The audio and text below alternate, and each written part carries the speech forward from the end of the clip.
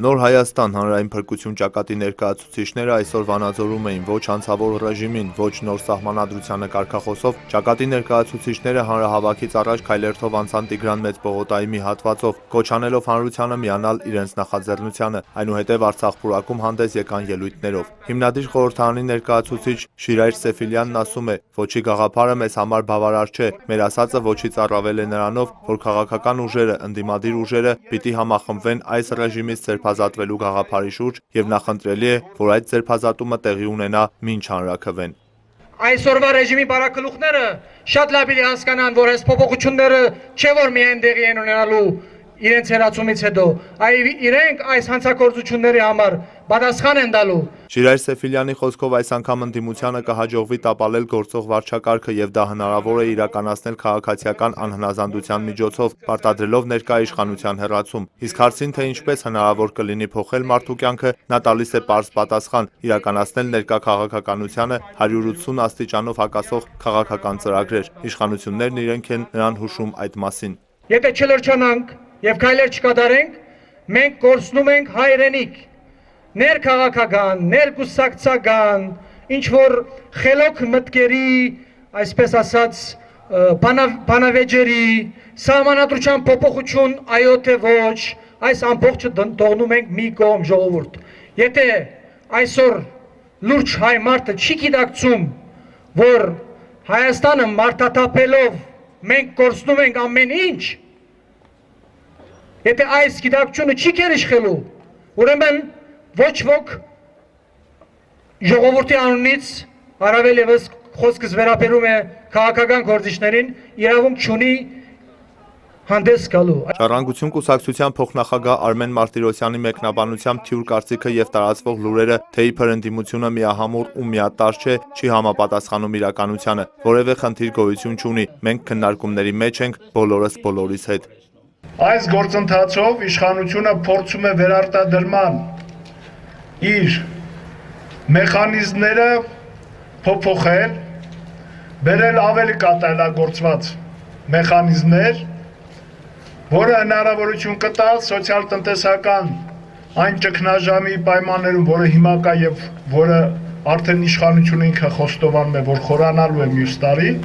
ինքը կարողանա 17-18 թվականների ընտրական ցիկլը ավելի հեշտ անցնի։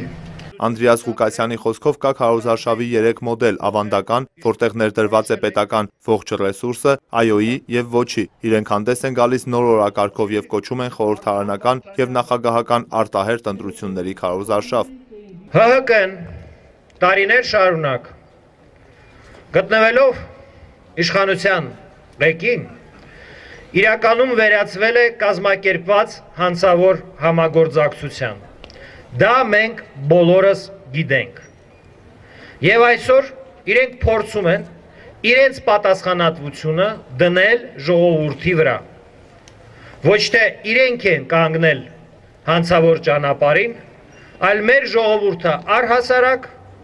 ունի իր մենտալիտետի մեջ այնպիսի թերություններ,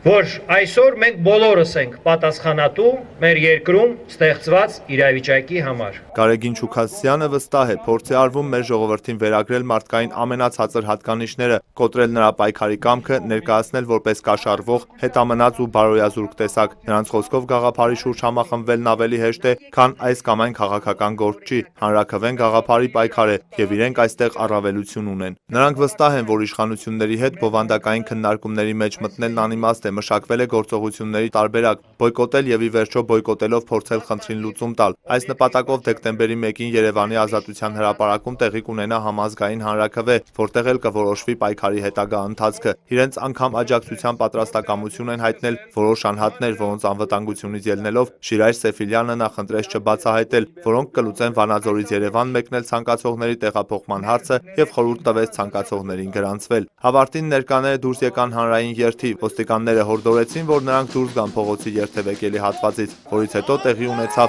այս միջադեպը։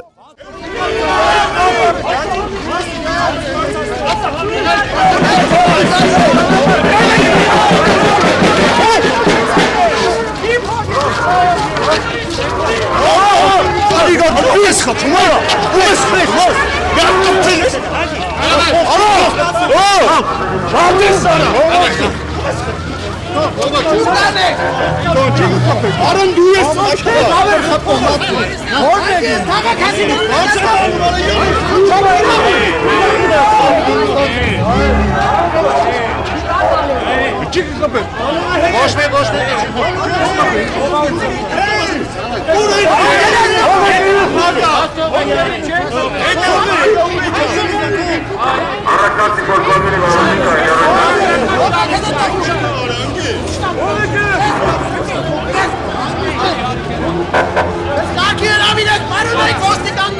Արմեն Մարտիրոսյանը մեկնաբանեց միջադեպը մատնացույց անելով, որ անկախ այդ հանգամանքից իրենց խաղաղ երթը քաղաքի փողոցներով շարունակվեց մինչև ելման կետ։